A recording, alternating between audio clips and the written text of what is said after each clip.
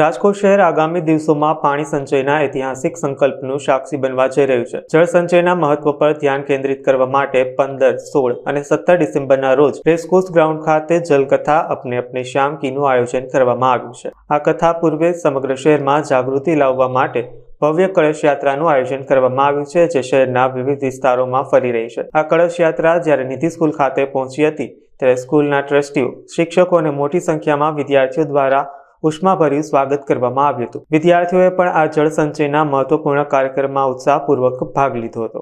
ગીર ગંગા પરિવાર ટ્રસ્ટ દ્વારા આગામી 15, 16 અને 17 જલકથાનું એક આયોજન કરેલ છે અને ગીર ગંગા પરિવાર જળ સંચય માટે જે કાર્ય કરી રહેલ છે એમાં સમગ્ર ભારત દેશની 111 નદીઓના જળ કળશમાં ભરી અને દરેક વિસ્તાર સમગ્ર રાજકોટની અંદર જ્યારે આ કળશ યાત્રા ફરવાની છે, આ જે કળશ યાત્રા અમારી નિધિ સ્કૂલ મધ્યે પધારેલ છે। નિધિ સ્કૂલ ટ્રસ્ટી અને સમગ્ર શિક્ષકગણ દ્વારા આ કળશ યાત્રાનું અમે સ્વાગત કરેલ છે, જે ગીર ગંગા પરિવાર તરફથી 1,11,111 જે પ્રકલ્પો છે, જે આ જળ બચાવમાં, જળ સંચયના દરેક બૂંદમાં, પાણીના દરેક બૂંદમાં જીવન રહેલું છે અને દરેક એક બૂંદ દરેક જીવ માટે જરૂરી છે અને પાણી વિના આપણું સમગ્ર કોઈ પણ જીવનું જીવન શક્ય નથી।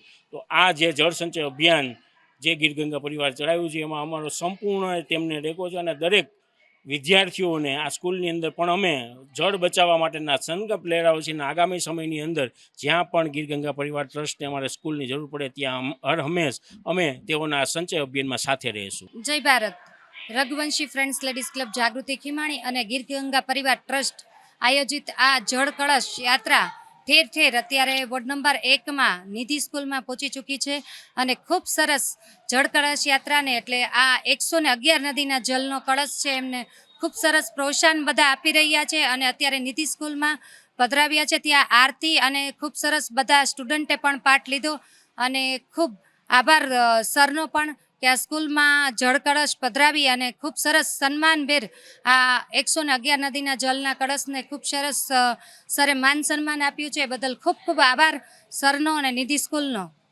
હું જલપા દત્તાણી વોર્ડ નંબર 1માં મહિલા મોરચામાં ઉપપ્રમુખ તરીકે કાર્યરત છું। આજે આટલા દિવસ થયા ગીર ગંગા પરિવાર ટ્રસ્ટ દ્વારા જે મહેનત ચાલી રહી છે જળ બચાવ માટેની, જલકથા માટેની, એના દ્વારા જે કળશ યાત્રા યોજાઈ રહી છે એ ભાગરૂપે આજે નિધિ સ્કૂલ દ્વારા પણ આ આયોજન કરવામાં આવેલું અને કળશ યાત્રા યોજાયેલી, જેમાં ઘણા બધા વિદ્યાર્થીઓ તથા શિક્ષકોએ ભાગ લીધેલો। તેમના ટ્રસ્ટીઓ હર્ષાબા ચુડાસમા અને યશપાલસિંહ ચુડાસમા પણ આપણી સાથે જોડાયેલ, જેમનો ખૂબ સપોર્ટ રહેલ છે બધામાં અને ખૂબ જ સારી રીતે બધા પ્રોગ્રામ કરી રહ્યા છે।